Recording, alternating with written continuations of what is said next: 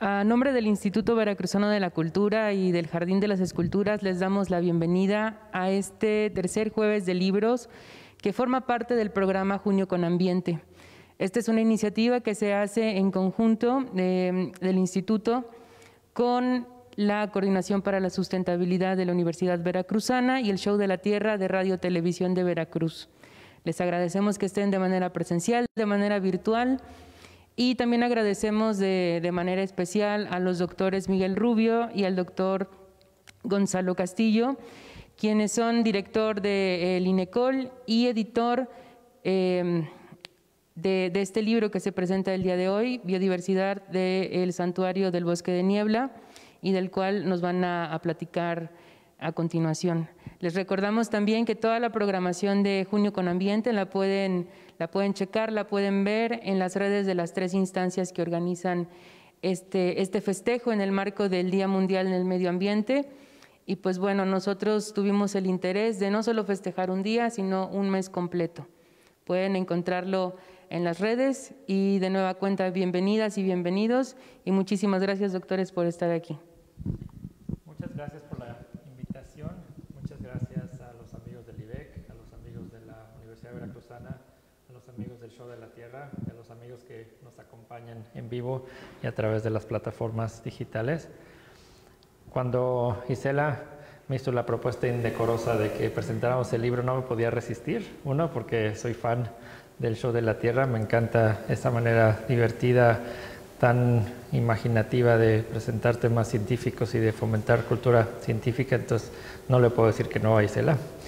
Pero también estoy muy contento de poder ser el portavoz, porque que quede claro, este libro nada más estamos, tanto Gonzalo como yo, de portavoces. En realidad es un reflejo de lo que es el Instituto de Ecología, porque se dice fácil, pero para hacer este libro podemos decir son 45 años de trabajo para caracterizar el lugar fantástico donde vivimos. Estamos en medio del bosque mesófilo de montaña o bosque de niebla, que es el ambiente que rodea a la ciudad de Jalapa, y lo que hemos hecho es caracterizar desde el punto de vista taxonómico, es decir, ir a definir exactamente qué especies son las que encontramos, y especies, lo digo así en general.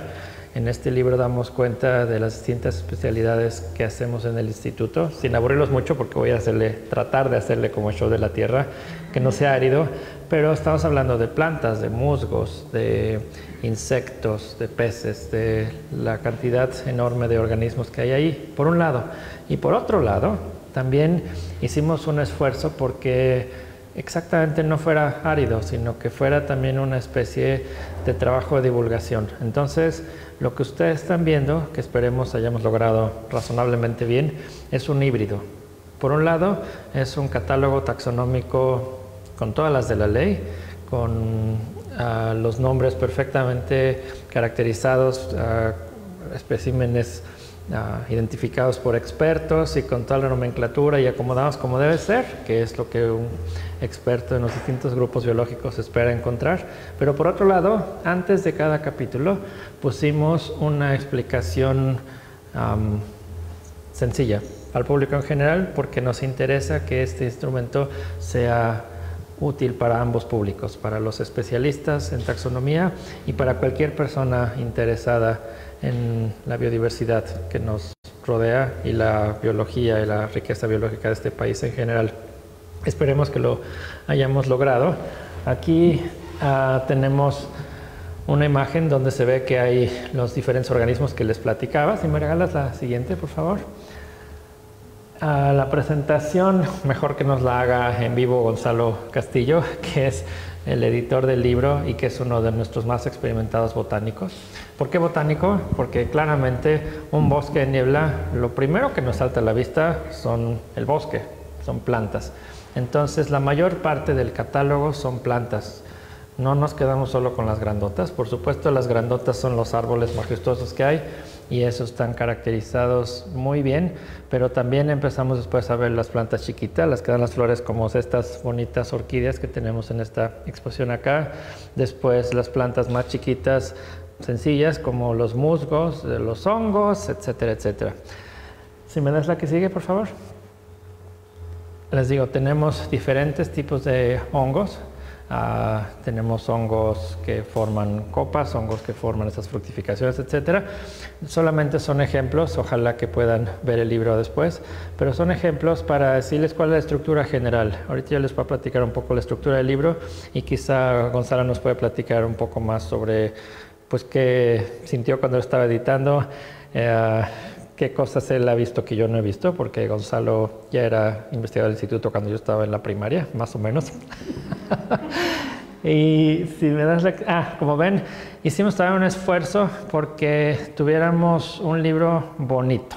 Queríamos que esta obra que le estamos regalando al pueblo de México, el Instituto de Ecología, que no solamente fuera útil, sino que fuera bonito. Entonces hicimos un gran esfuerzo en ir a tomar un montón de fotografías, en editarlas y en presentarlas de manera, pues esperemos que bonita. Está profusamente ilustrado. Si me das la que sigue, por favor.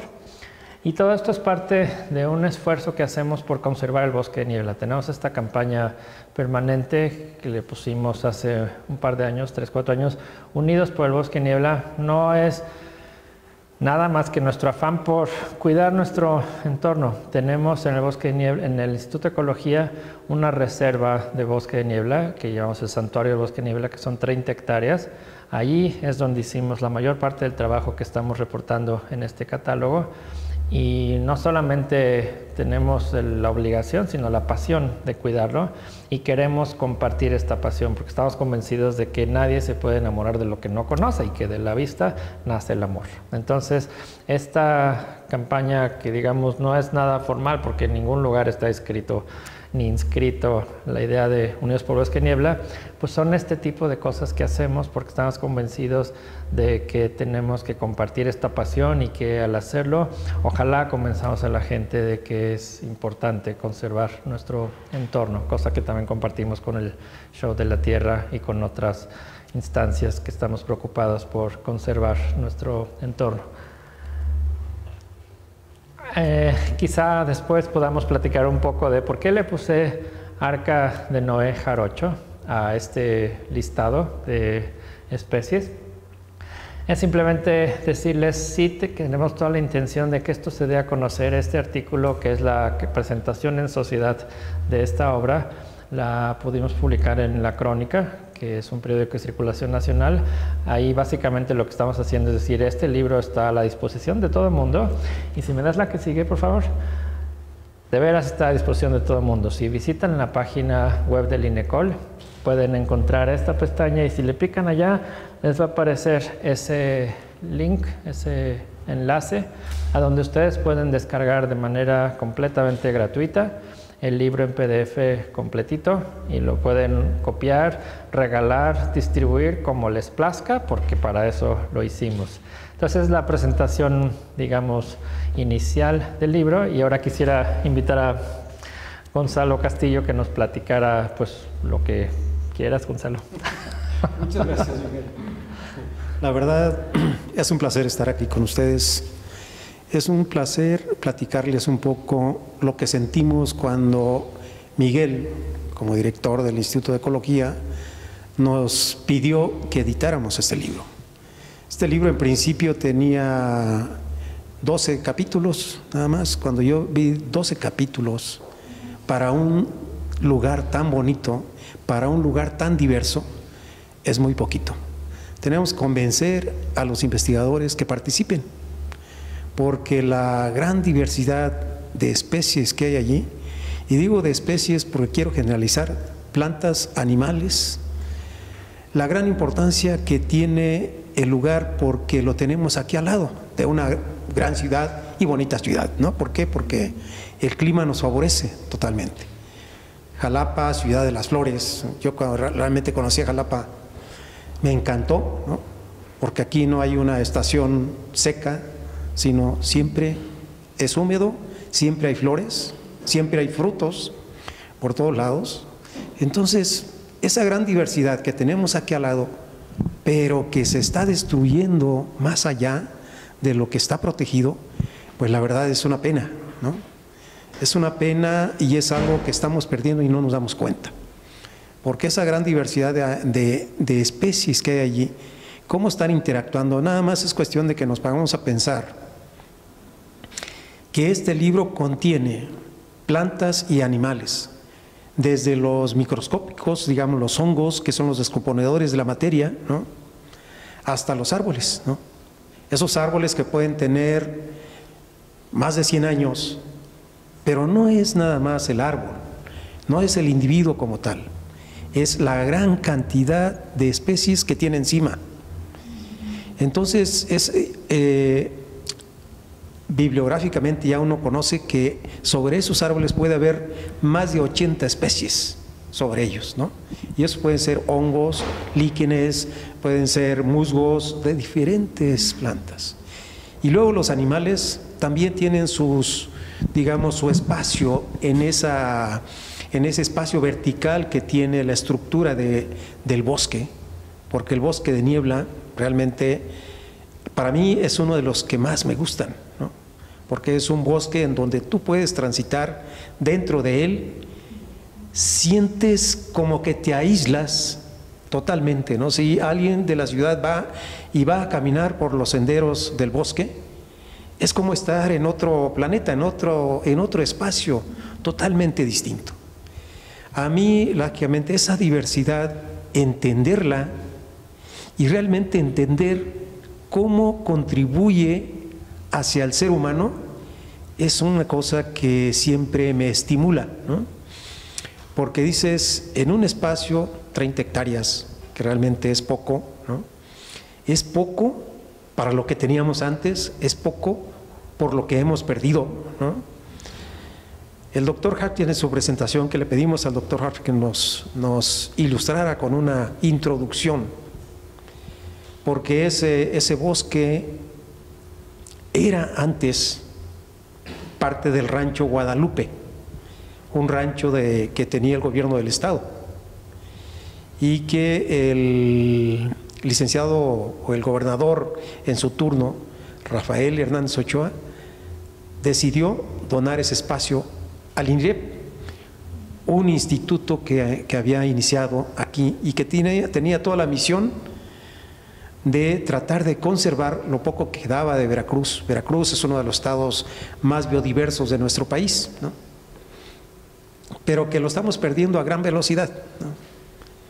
Tener un espacio para conservar y tener el jardín botánico para tener el contacto con la gente, pues era algo muy, muy importante.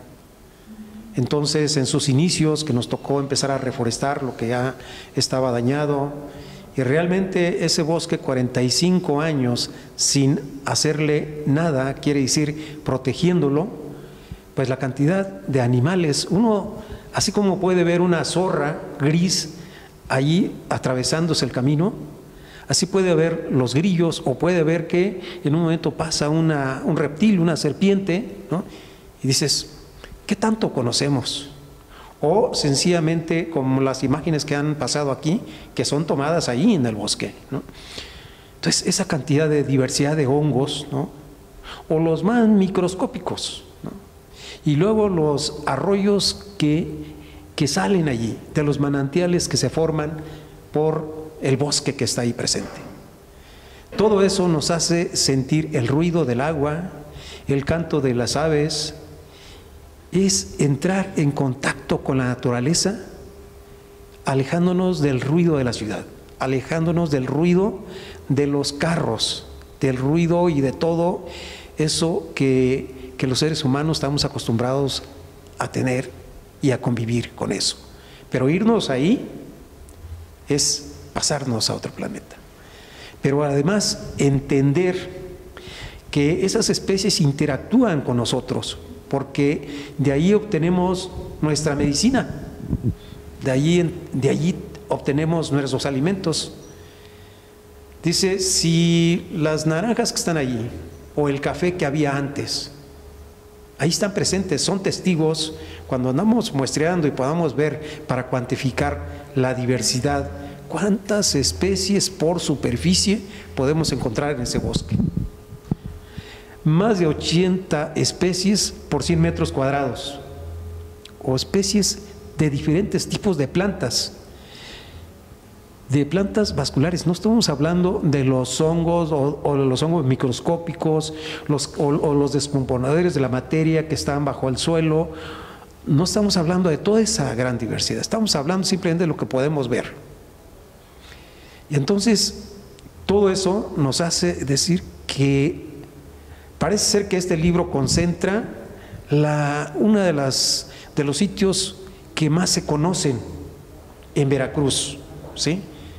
Pero al mismo tiempo nos indica que es tan pequeño el conocimiento con respecto a lo que hay allí, con respecto a entender y a ver las interrelaciones. Cuando decimos una abeja, ¿cuántas especies de abeja y cuántas distintas especies de abeja hay? No son nada más las que conocemos y que de donde dices, estas son las que producen la miel. No es nada más eso, sino una gran diversidad de abejas. O las mariposas. ¿Qué función tienen estos organismos para mantener y para que ese espacio realmente le beneficie a los seres humanos? Y en este caso, a Jalapa, ¿no? No solamente es el servicio ambiental que el bosque nos genera con el agua o con el oxígeno, cosas por el estilo, ¿no? Sino en muchas de esas especies está la base de nuestra alimentación.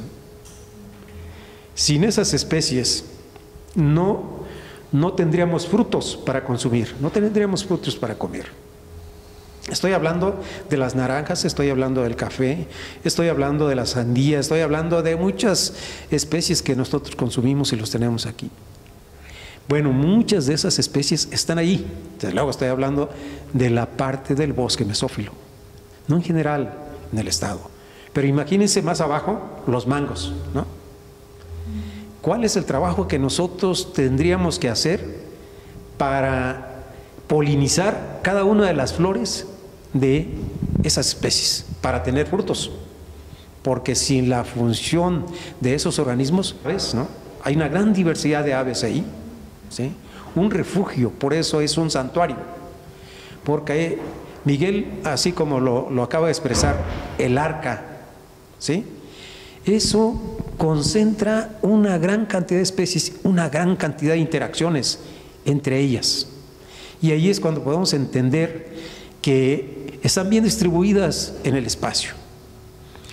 Si nosotros muestreamos la parte alta del bosque, vamos a encontrar una serie de especies que no están ni en medio ni abajo. Solamente las vamos a encontrar arriba. Y eso podemos ser líquenes o pueden ser insectos. Tienen su espacio ecológicamente. Eso no lo podríamos tener en un pastizal. No lo podríamos tener en otro tipo de ecosistema, sino estos bosques. El bosque mesófilo de montaña, que cada vez es menor y uno de los más biodiversos de nuestro país. Entonces, la importancia de este libro es cómo bajar el lenguaje técnico de los investigadores a un entendimiento más general del público. Que el público, a través de las fotos que van a ver, que está lleno de fotos, y eso es una de las cosas que a mí me animaba.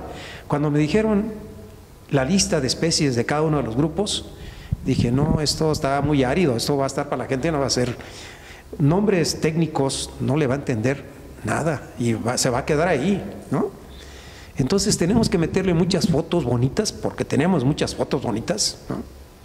De tal manera que la gente entienda que cuando citamos ahí, y este es uno de los nombres que están citados ahí, ¡ay, mira qué bonito!, ¿no? Qué bonito ese árbol que tiene un diámetro de 80 centímetros o 50 centímetros contra unos 35 metros de altura, ¿no? O la flor, o las flores, el conjunto de flores.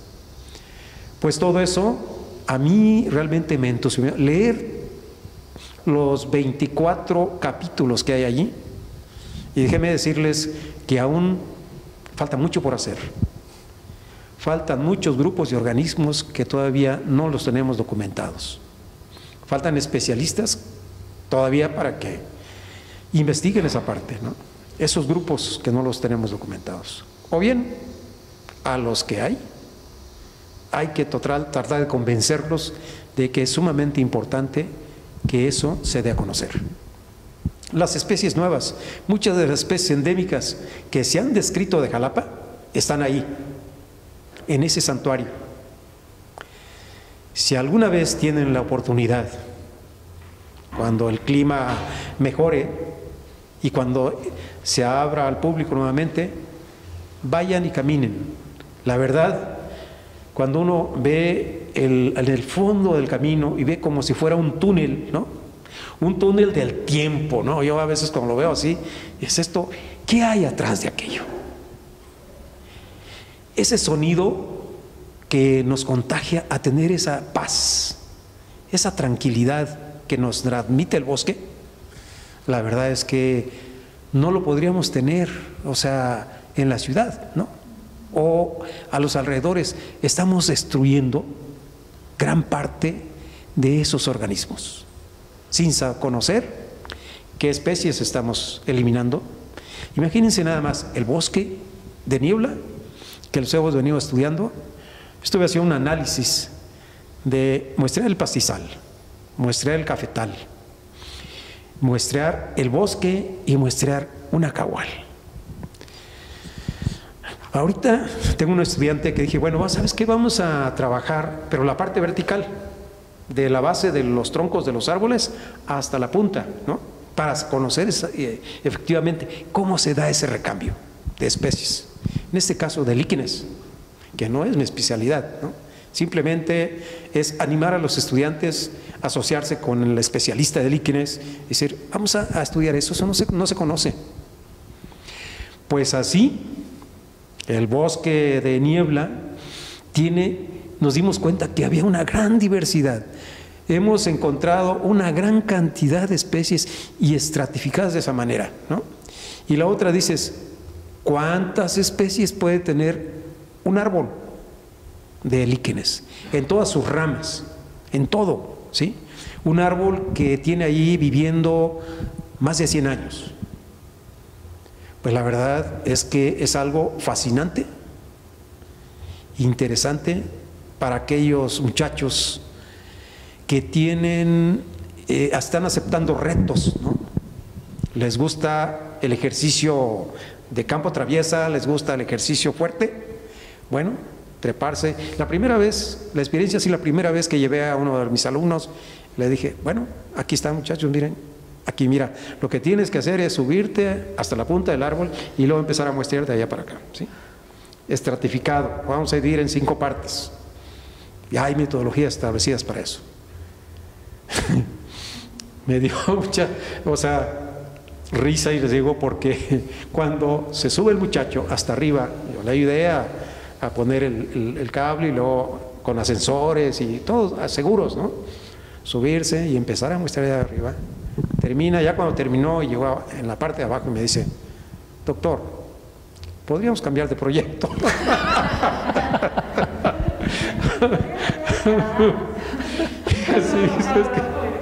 Es que dice, cuando estoy ahí arriba se mueve el árbol. Digo, no muchacho, tienes que disfrutar estar ahí arriba. No todos podemos estar ahí arriba.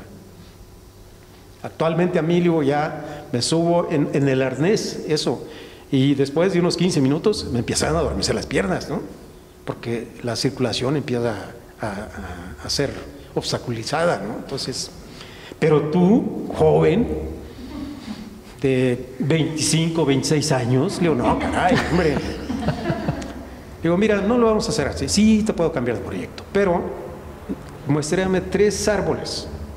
Si después de esos 3 árboles me dices que quieres cambiar de proyecto, entonces te lo cambio, ¿no? Pero trabaja esos 3 árboles. Y la verdad es que estaba yo diciendo, bueno, ¿cómo le voy a hacer para que este muchacho no se me desanime, ¿no? Bueno, pues un agente del campo, un muchacho semejante a él, o sea, un poco más joven que él, le pedí gente del campo que está acostumbrado a subirse a los árboles sin ningún instrumento de nada, ¿no? Entonces le dije, oye, mira, tú te vas a subir hasta la punta del árbol, vas a pasar la cuerda, la vas a bajar y luego este muchacho se va a subir ya con el ascensor y más seguro por la cuerda, ya no Sí, sí, sí, cómo no, doctor Juan, yo se lo hago. Y rápido, ¿no? Pum, pum, pum, se sube, pone la cuerda, y de ahí ya, así ya lo hice, porque le había dado que iba a muestrear 15 árboles, para realmente tener un muestreo suficiente, en donde nosotros le llamamos estadísticamente las curvas de acumulación, nos dice que ya tenemos inventariado gran parte de lo que hay en los árboles de esa especie, ¿no? Entonces, luego ahí tenemos que tener un muestreo suficiente. Bueno, ok. Se terminó de muestrear su trabajo. Y para no hacerles más el cuento un poco más largo, se recibió, y le dije, no me vas a dejar tu test tirada, ¿eh? No, se recibió e encontró 5 especies nuevas, de las cuales publicó 3 y dejó 2 ahí, ¿no? Y se recibió, dijo, pero ya cuando se recibió, saliendo de tener su grado, me dice, doctor, aquí está su trabajo, adiós, bye, bye, yo ya no quiero saber nada de esto. Le digo, oye, ¿qué pasa? No, ¿qué pasa? Tan importante es el hecho de ver, digo, eres el primer estudiante que de maestría que en su tesis descubre 3 especies nuevas y no te entusiasma. Dice, no, ya me di cuenta que la ecología no es para mí. Y se puede dedicar a otra cosa totalmente, ¿no? Entonces, imagínense eso. Realmente tenemos que buscar la manera de entusiasmar a la gente, ¿no? Tenemos que tener de aceptar retos. Es decir, yo les aseguro que si esto lo hubiera empezado cuando yo estaba más joven, pues la verdad es que anduviera trepado en esos árboles. Y me encanta, ¿no? Porque estás viendo otra forma al paisaje que ves de la parte alta. Y luego ver los organismos que ahí viven es otra cosa. O sea, en un tronco de esos encontramos los musgos en la parte más húmeda, encontramos orquídeas pequeñitas, ¿sí? Encontramos hongos que están ahí, encontramos serpientes que están metidas en estas bromelias que tienen aquí ahorita, que se están exponiendo aquí. Ahí están, pero esos casi por sí mismos son un ecosistema diferente, por la cantidad de organismos que están viviendo ahí. Ya no se diga las hormigas, y no se diga las mariposas que llegan, o los abejorros, o las avispas, todos estos organismos. ¿Cuánto conocemos de ellos, ¿no? ¿Con quién y cómo están interactuando? Pues eso es el bosque que tenemos ahí. Ese es el santuario del bosque de niebla que tenemos aquí. Y conste bosque de niebla. Yo recuerdo cuando en Jalapa, en otros años, varios años, ya Miguel me dice que estaba en la primaria, varios años, la neblina era tan frecuente, me encantaba ver que no podías ver después de 15 metros, ¿no? Esa neblina y nomás de repente veías que aparecía la gente o aparecían los carros, otras cosas, pero era densa. Y a mí me encanta, ¿no? Porque es una lluvia muy finita. Fíjense, nada más, platico esto porque un árbol es capaz de capturar en su follaje, o sea, en su copa, hasta 60 litros de agua por hora y mandarlo al suelo, ¿no? Entonces, eso es tan importante que podamos entender que eso es lo que está pasando en la naturaleza y que nosotros no nos detenemos cuando no tenemos simplemente de tirar un árbol, sino tiramos lo que sea para cultivar una especie, ¿sí? Ya sean pastos africanos o introducidos de otros lados, pero son los que son comprobados para el forraje del ganado, o una especie de maíz, ¿no? Para obtener. ¿Y cuánto obtenemos? Dices, ¿qué valor tiene esa biodiversidad que está presente en un bosque como este, ¿no? En fin, yo no sé, Miguel, si quieres, porque yo aquí me puedo tardar, olvídate, porque me encanta, ¿no? Y el poder tener la oportunidad de transmitir esto para mí es fascinante, ¿no? Sí, lo que tratamos de hacer en el libro es transmitir esta pasión y transmitir este conocimiento, ¿no? Les digo, son por lo menos 45, porque es 45 que tiene Gonzalo, 45 que tiene el doctor Hafter, 45 multiplicado por muchos de los autores, todos con la misma pasión. Y entonces lo que tratamos de hacer fue realmente volcar esta pasión y también un poco de la numeralia. La numeralia es súper importante, como ecólogos es súper importante, pero como ciudadanos de este país y de este mundo, es súper importante que sepamos que tenemos un tesoro increíble, de una riqueza, pues no monetaria, porque como dice Gonzalo, es muy difícil decir cuánto vale una rana, cuánto vale la diversidad, cuánto valen los ecosistemas. Quizá un poco más terrestre podemos decir cuánto vale el agua que tenemos. Y de cada árbol se captan y se inyectan al subsuelo cientos de litros. Entonces es importante también por un punto de vista utilitario, pero eso no lo pusimos tal cual en el libro, pero lo que sí, esa riqueza la queremos reflejar desde la portada. O sea, que hay un montón de organismos y los bosques de niebla son de los ecosistemas más ricos en este país en número de especies. Se sabe de inventarios que ha hecho, por ejemplo, la Conavio, esta iniciativa fantástica del doctor Sarucán, que ya tiene 40 años más o menos de también recopilar la información de la riqueza biológica de este país. Sabemos que los bosques mesófilos de montaña ocupan más o menos el 4% de la superficie boscosa del país, pero en ese 4% hay 10% de las especies de plantas que conocemos. Entonces esa riqueza enorme la podemos también ver reflejada en la gran riqueza que tenemos en estas modestas 30 hectáreas. Modestas pero súper ricas, ¿no? Con ese parámetro de decir qué cantidad de especies puedes encontrar ahí. También una cosa que mencionó Gonzalo, que fue de las cosas que a mí personalmente me dio más gusto, fue que el nombre de santuario ya lo tiene hace mucho rato. Y santuario todos lo asociamos a un lugar donde uno se refugia, donde uno se protege, donde las cosas están conservadas, ¿no? Dijimos, bueno, pues qué bonito nombre, pero ¿realmente es un santuario? Y revisando este listado me encontré que sí, y eso es una maravilla. Es un santuario de distintas maneras. Es un santuario actual porque lo cuidamos muchísimo, lo protegemos para que esas 30 hectáreas se mantengan intactas, para que estén intactas, pero de manera muy importante, perfectamente disponibles para que quien guste pueda ir a recorrer. Lo que dice Gonzalo de que cualquier persona de este país puede ir a pasear y ver esta belleza, lo puede hacer porque es un parque público que nosotros lo cuidamos, pero no es nuestro, es de todos, y entonces está abierto a todo el mundo. Pero sí lo cuidamos. Pero lo que fue más bonito fue que, por ejemplo, hay especies que se describieron de plantas en Jalapa en el siglo XIX que ya no las encuentra uno en la ciudad, pero en el santuario tenemos ejemplares.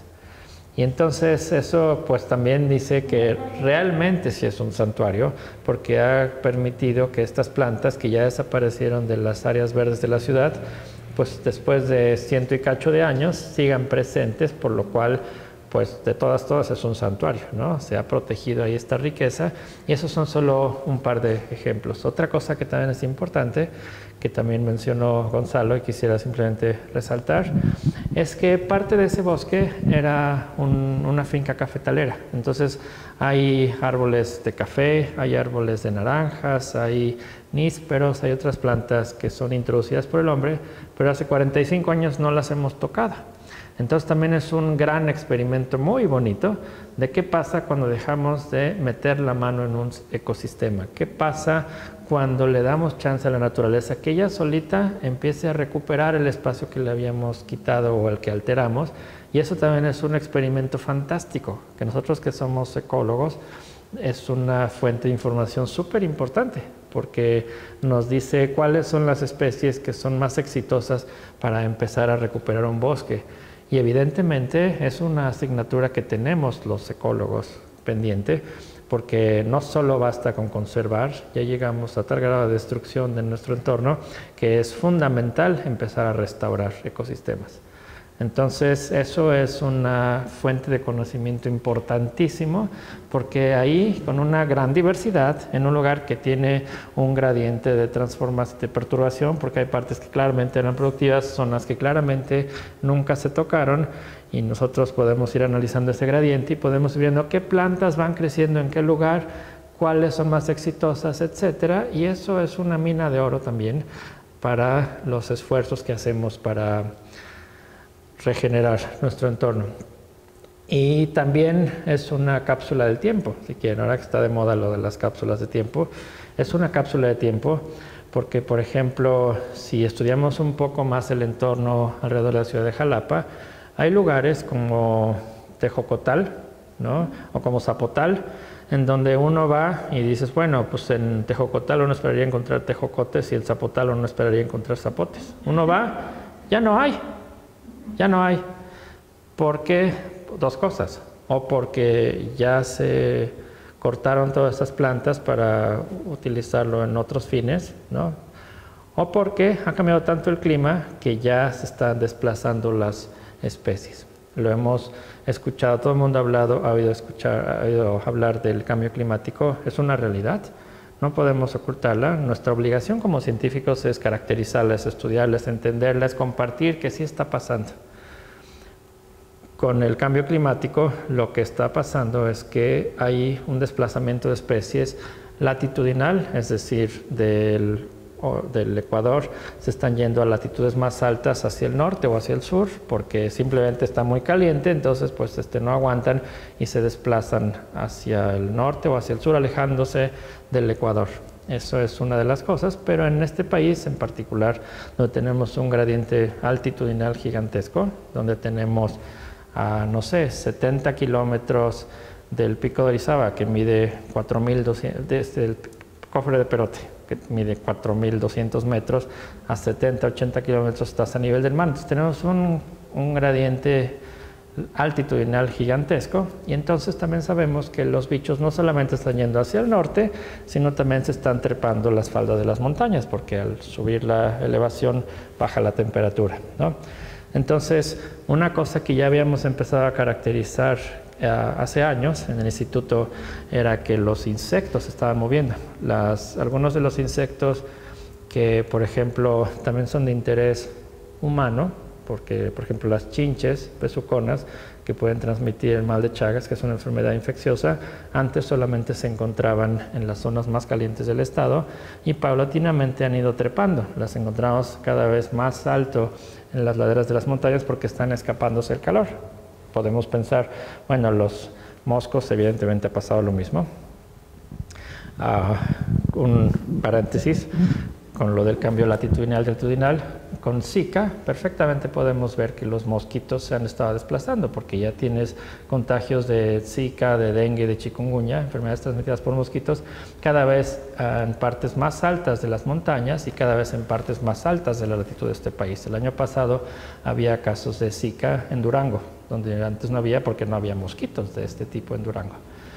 Pero entonces, si podemos entender que los insectos se pueden mover muy rápidamente, justamente de estudiar con tanto detalle las plantas del santuario y de nuestro entorno, hemos visto que ya están empezando a desplazarse también las plantas.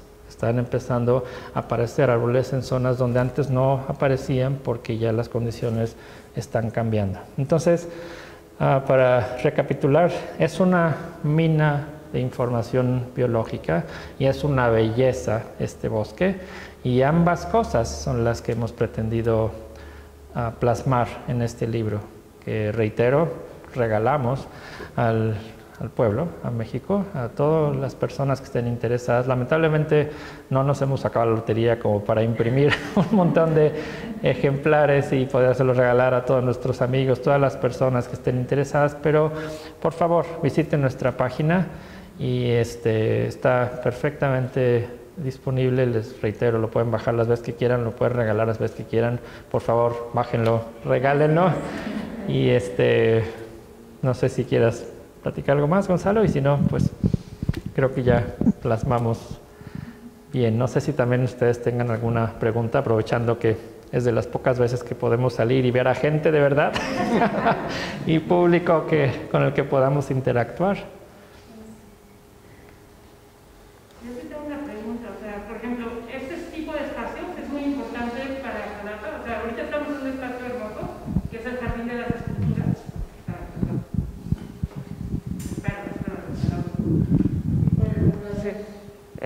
Lo que decía es que ahorita estamos en un lugar muy bonito que es el Jardín de las Esculturas, que tiene un bosque, pero del otro lado de la ciudad, bueno, y está la Reserva Garnica y todo esto, del otro lado de la ciudad está justamente este santuario. En cuestión de clima, justamente hablando de cambio climático, y en cuestión de captura de carbono, que es de las emisiones que hacen todos estos bosques, bueno, la ciudad, ¿qué tan importante se vuelven estos espacios para la ciudadanía? O sea, creo que más allá de la riqueza y la belleza que nos brindan y todo el conocimiento para entendernos también parte de un ecosistema, tienen una importancia, ¿no? Una importancia funcional para las ciudades, ¿no? Entonces, igual si nos dicen qué tan importantes son estos espacios, para que también el público que nos escucha, pues entendamos, ¿no?, la importancia de su conservación, la importancia de enterarnos qué beneficios nos brindan, y también el asunto de ayudar en su conservación y en el respeto a los espacios y su permanencia, ¿no? Claro. Gonzalo, no sé si quiera. Sí, Miguel. Mire, la verdad es que si nosotros tuviésemos que replantear el ordenamiento de la ciudad, lo replantearíamos como con estos espacios. Estos espacios son tan importantes para amortiguar muchas cosas, ¿sí? No solamente la captura del carbono, no solamente la biodiversidad. Fíjense nada más, aquí si nosotros no observamos bien cómo se da la migración, en la costa se ve claramente, ¿no? O sea, las aves, los insectos, pero esas nubes de insectos que van pasando, no nos ha tocado verlas aquí porque el bosque amortigua. O sea, el bosque, todas se pierden en el bosque, no, de repente, ay, mira, muchas mariposas, ¿no? Pero no vemos esas nubes de mariposas. Pero la ciudad, realmente, para tener una ciudad atractiva a la vista y cómoda o con un confort agradable al ser humano, tendríamos que tener muchos espacios de estos. La ciudad con muchas casas pegaditas, eso no es beneficioso para el hombre, ¿no? Eso no es beneficioso para convivir con la naturaleza, ¿no?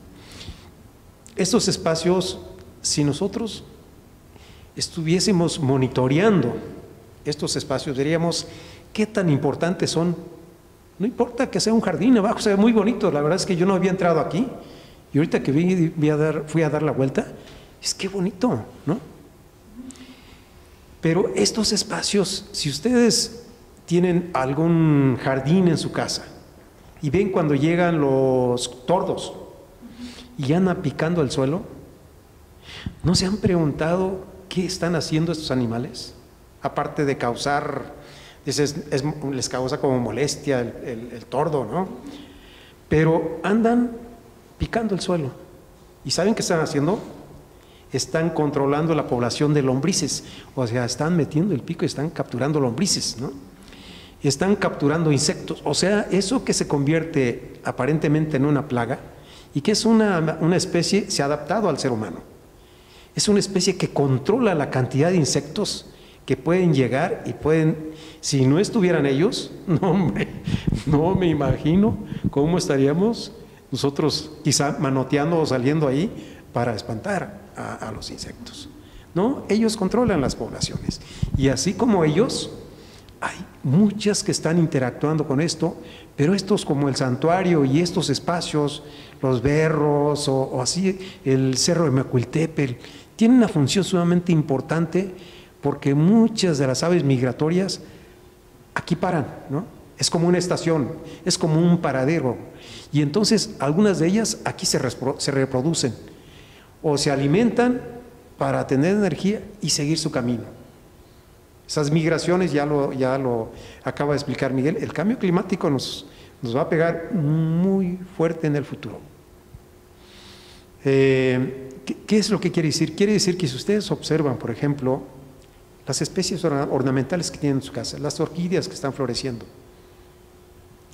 las que florecían en diciembre, ahora se desplazan hasta marzo, abril. Hay flores de esas especies. ¿Qué pasa? ¿Qué pasa con la sincronía que había y ahora es asincronía con los insectos? Pues si los insectos viven en el suelo, por ejemplo, ¿no?, y emergen simplemente en X época y ya no coinciden con esas especies que coevolucionan, plantas e insectos, se van, esa sincronía que está sucediendo con el cambio de temperatura va a provocar extinción de una gran cantidad de especies. Y lo vamos viendo, si somos observadores y lo vamos viendo, ya la gente en el campo trabaja más temprano o simplemente ese trabajo hasta las 11, máximo a las 12, porque ya después no se aguanta la temperatura o los rayos del sol queman, ¿no? Entonces, todo eso va a provocar que esa asincronía entre las especies que antes o sea, al momento que emergían los insectos, la planta ya estaba lista para proporcionar, digamos, la miel, el olor o muchas de esas cosas, la estrategia de la planta para atraer a los insectos y ser polinizadas.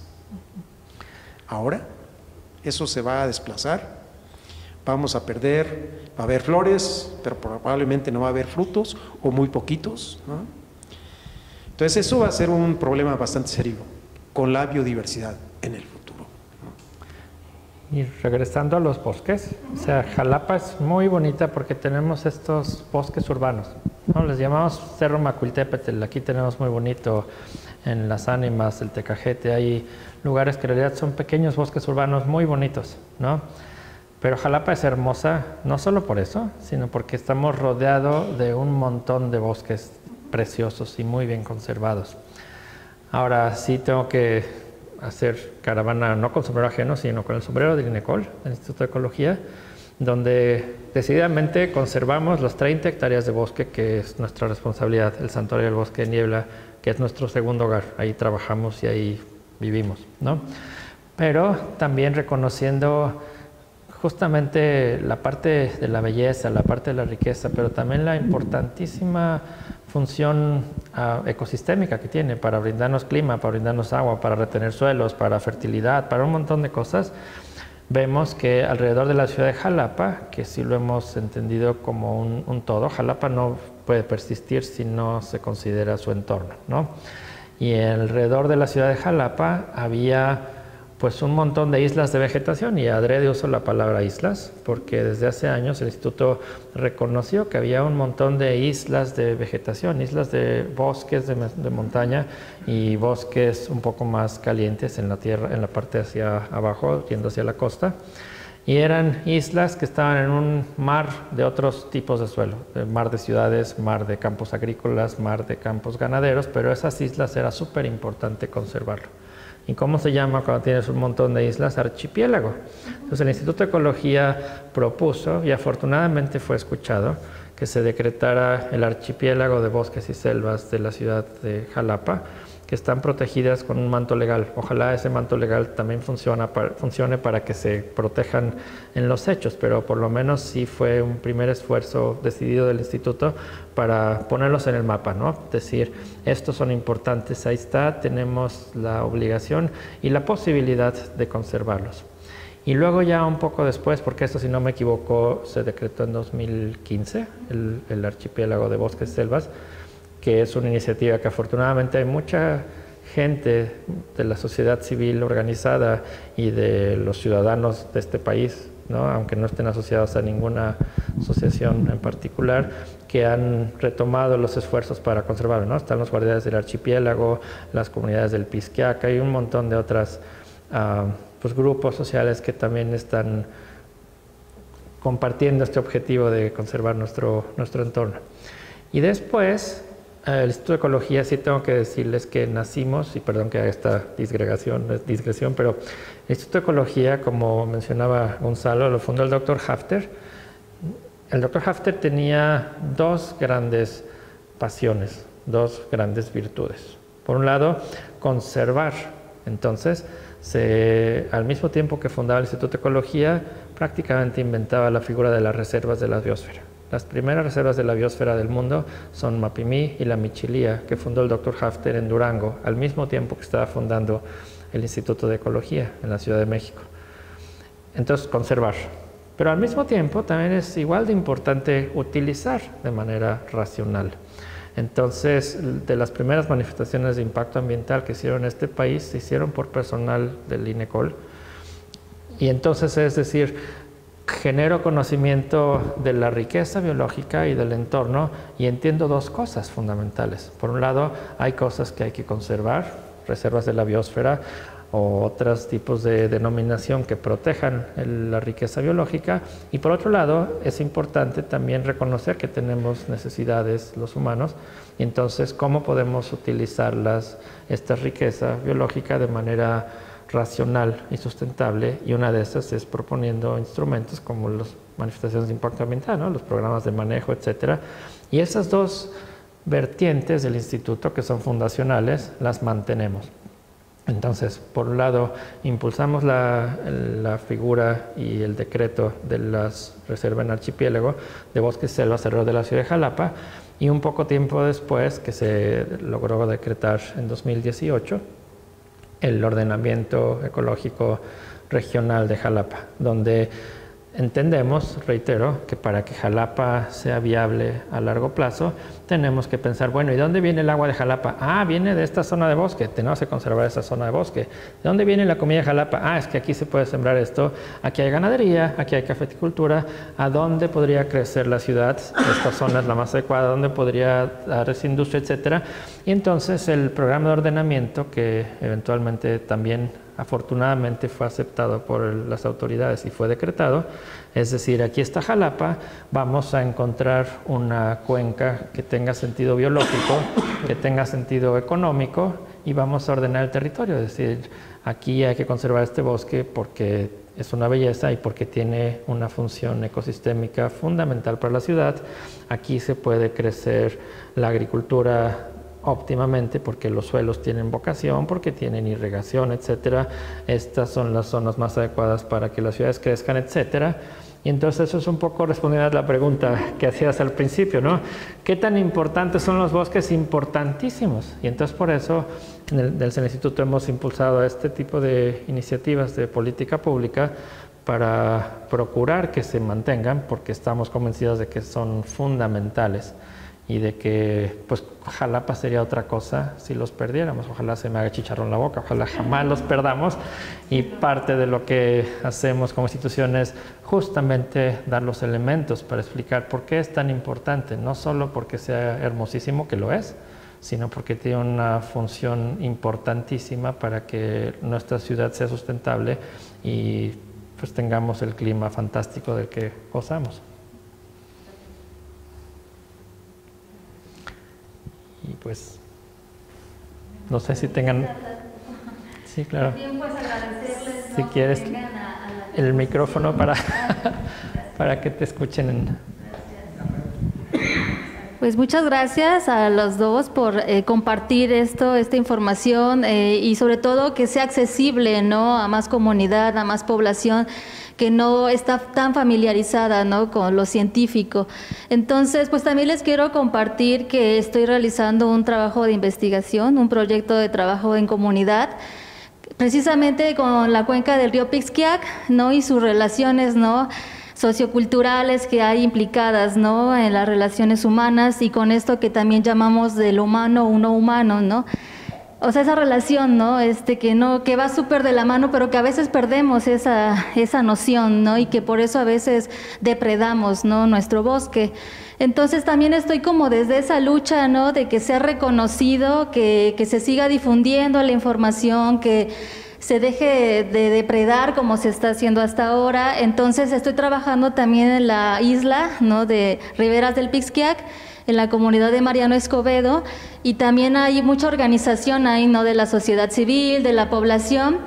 Pero también esto que nos comparten, ¿no?, de que pues municipio, gobierno, la institución, en este caso INECOL y demás instancias que están vinculadas, ¿no?, también a esta protección, pues me gustaría que también viéramos de qué forma seguir incidiendo, ¿no?, en las políticas públicas a partir de la sociedad civil y las comunidades que habitan en esos espacios, porque si bien está, ¿no?, esta organización del Río Cedeño, en esta parte que afortunadamente se han organizado muy bien y que la pandemia no fue impedimento y que ahorita están dando muchos resultados de que ya hay especies que no había ahí, que se estaban desapareciendo y que había mucha contaminación, y ahorita ya puedes ir a hacer el recorrido y ves este espacio donde la población se está organizando.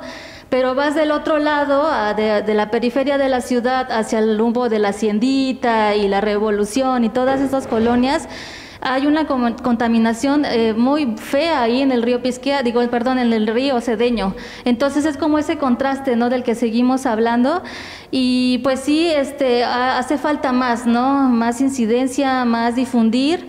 Y pues yo he platicado con la población que vive ahí, incluso están asentamientos irregulares, hay zonas ahí por donde hay un viaducto de Pemex y la gente está viviendo ahí, entonces son también manchas, ¿no?, de contaminación, porque hay gente que se dedica a la recolección de basura y ahí deja todo pues a la intemperie, ¿no?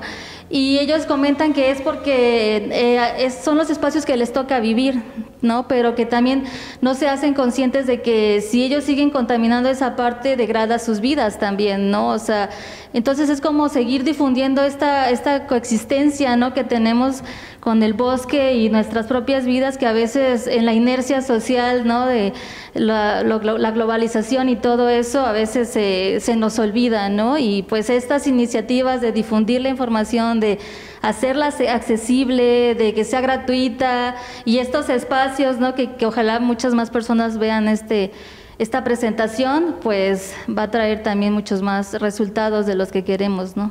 Muchas gracias. Gracias a ti.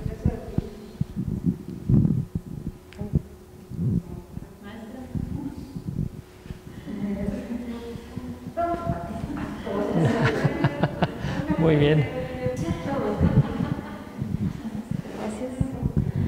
Bueno, pues una felicitación enorme. Por ahí dice Julieta Fierro que la ciencia hay que divulgarla, ¿no?, que la producción del conocimiento no llega a ser funcional si no es divulgado. Y creo que empezando por ahí, con la accesibilidad de la información, con esta captación en la imagen, creo que estoy segura que va a ser un producto muy bien recibido. Empezamos por ahí, ¿no?, el hacer, el recuperar y después el difundir. Y creo que sí es una tarea muy valiosa e importante el hecho de que se baje todo esto, porque estamos hablando de la vida, ¿no? Estamos hablando de la importancia que es el cuidado de todos estos espacios naturales. No existiríamos sin ellos, tan sencillo como eso. Creo que también estos tiempos de confinamiento, estos tiempos pandémicos donde han permitido justamente el respiro a la naturaleza, es visible, es palpable. Y bueno, aprovechar, hacer esta conciencia humana, ¿no?, también del cuidado de los espacios, del cuidado de lo que nos toca a nosotros como entes racionales, ¿no? Muchas felicidades y pues bueno, estamos en un lugar hermoso. Les invito a que lo sigan pisando, nada más. Perfecto, muchas gracias.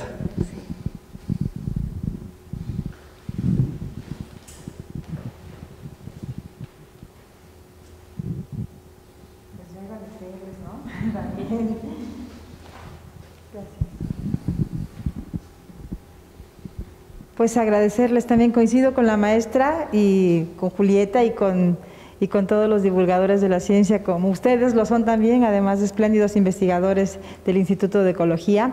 Ciencia que no se difunde no existe. Agradecerles que formen parte de Junio con Ambiente, agradecerles a nombre del IVEC, de Radio Televisión de Veracruz y el Show de la Tierra, del Jardín de las Esculturas, por supuesto, y de la Universidad Veracruzana a través de Ecosustenta UV. Agradecerles su participación y felicitarlos profundamente por este espléndido trabajo, por este compendio maravilloso, a la gran familia del Instituto de Ecología, que demuestra con mucha honorabilidad pues la causa que representan y que defienden. Qué bueno que la biodiversidad del Bosque de Niebla esté, una parte tan solo esté representada en este documento. Ojalá haya más volúmenes, seguramente habrá mucho más de qué hablar. Por lo pronto, me parece que ese es un gran trabajo que nos llena de orgullo. Nos llena de orgullo también la posibilidad de, como dice el doctor Rubio, esté a disposición de toda la sociedad. Ahora mismo lo estamos compartiendo también en las redes sociales de Junio con Ambiente, del INECOL, de RTV, de Ecosustenta y del IVEC. De todas las instituciones que hacemos alianza para, como dice la compañera, contribuir a la difusión de estos temas que no tienen que ser del interés de unos cuantos, sino debería ser del interés común. Todos tenemos una responsabilidad en mayor o menor medida y pues cada quien decide también desde qué trinchera le entra a estos temas. A mí me parece que por lo pronto hoy en este jueves de libros me siento muy emocionada y creo que es de lujo que forme parte de los contenidos de esta sexta edición de Junio con Ambiente, un libro de tanta calidad en el que participaron tantas personas también tan comprometidas con la ecología. Y bueno, pues recordarles a quienes están sintonizando esa transmisión especial que pueden continuar también pues participando en las actividades de Junio con Ambiente.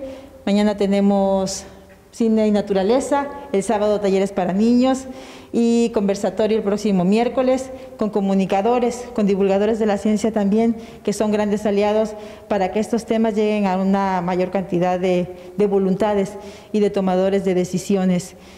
Me encantó el ejemplo que pone de los custodios del archipiélago, doctor, porque de alguna forma muestra la relevancia de las alianzas. Me parece que la sociedad civil organizada muchas veces da la cara más honrosa y amable en este país por causas tan necesarias como son la defensa ambiental, y académicos como ustedes. La ciencia, la academia ha demostrado también mucha voluntad y disposición para desde la acción contribuir a estas causas. Así que a ustedes en lo personal, gracias por participar, felicidades. Insisto, a todos los investigadores que forman parte de esta edición Biodiversidad del Santuario de Bosque de Niebla. Gracias a ustedes por haber estado con nosotros aquí y a quien nos sintonizó a través de redes sociales. Que tengan una linda tarde y que viva Junio con Ambiente.